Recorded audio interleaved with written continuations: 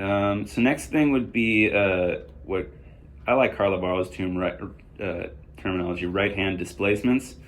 And so to me, I think there's 4 of them. There's the seesaw, there is the elbow, there is fixed position, the forearm contact point, and then I think yours is kind of a variation of that where you really don't move the contact point a whole lot, but you do. That's the Romero school. They just do this, just that much. They don't necessarily have to move completely here. And then you have the Tamayo, well, not Tamayo, but Ida Presti, which is with the fixed position, and then which is more of that is this okay. fixed position here. Don't change. Yeah, so you're kind of doing like if you watch your body, you're doing a little bit of this. That shoulder's moving as you bring it down, no question. But still, not this. I'm not bringing the elbow back. Yeah, that's true. Yeah. The point is that you're not displacing elbow back. You're moving here, but this is the same contact point. Okay. And then what he does is to compensate for the difference of tone between here and here. This is the same as Ida Presti and all the old school, La Goya, Presti, Segovia,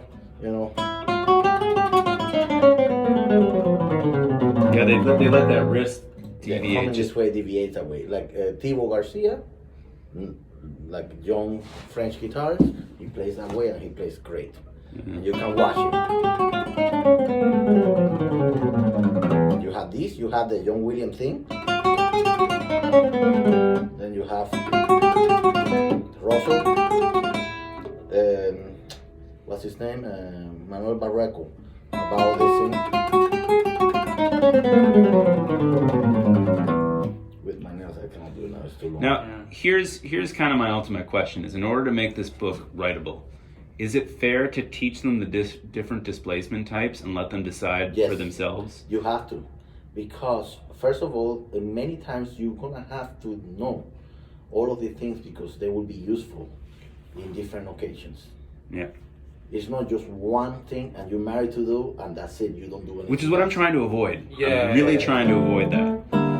So I think for the right hand, you need to go through all of that, and you will even suggest that they actually try to find, there are some things that depending on the filing of the nails will be very incompatible, depending on your nail shape and all of that. Like going here and here.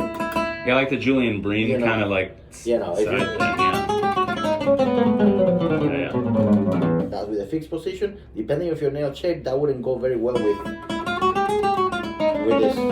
the open position idea. So generally, when you're gonna tell them that, your nails, they're way too long here. You want to have the nails to be. Can we actually save nails for? We're gonna do it, but I'm not ready for it yet. I can't. I know. Nails But nails right now. But you need to mention in this process. I will. I promise we'll come back to it. But if we try to do it tonight, I won't. I'm not telling you nails anything. I'm telling you that the nails, in order to kind of work through all of these different approaches, nails should be on the shorter side. Ah, so that you have some flexibility to. You think you're too smart for your own sake. Just wait. Is you have the nails slower, like almost to the same as the flesh. Like when you look up. Yeah, like Scott Tennant says, like making them nice and even. Exactly. Yeah. Like when you have that, then you have the ability to do this, here, all of that. That way you can experiment. You can experiment better because if they are too long, you will lean towards free stroke most of the time. And then you will start making, although we play, let's say, free stroke 90% of the time, arpeggio, chord, you still have to have like the rest stroke experience at different angles of attack. That's why when they are doing this, have the nails on the shorter side, so you can actually see and feel. You just put into words what I've been doing because I noticed that. Okay. All right. Does it make sense? That makes a ton of sense. Okay. That has to be mentioned. Otherwise, they're gonna have completely.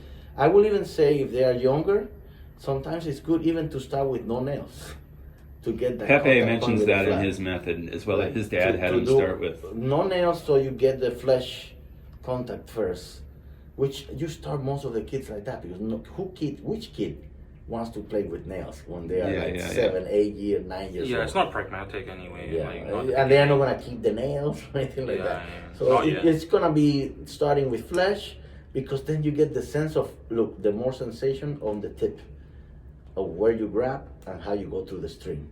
And then that displacement will change a little bit when you have nails, obviously. But that's why the nail short first, because from the flesh to the short nail is much smaller of a difference. Okay, next.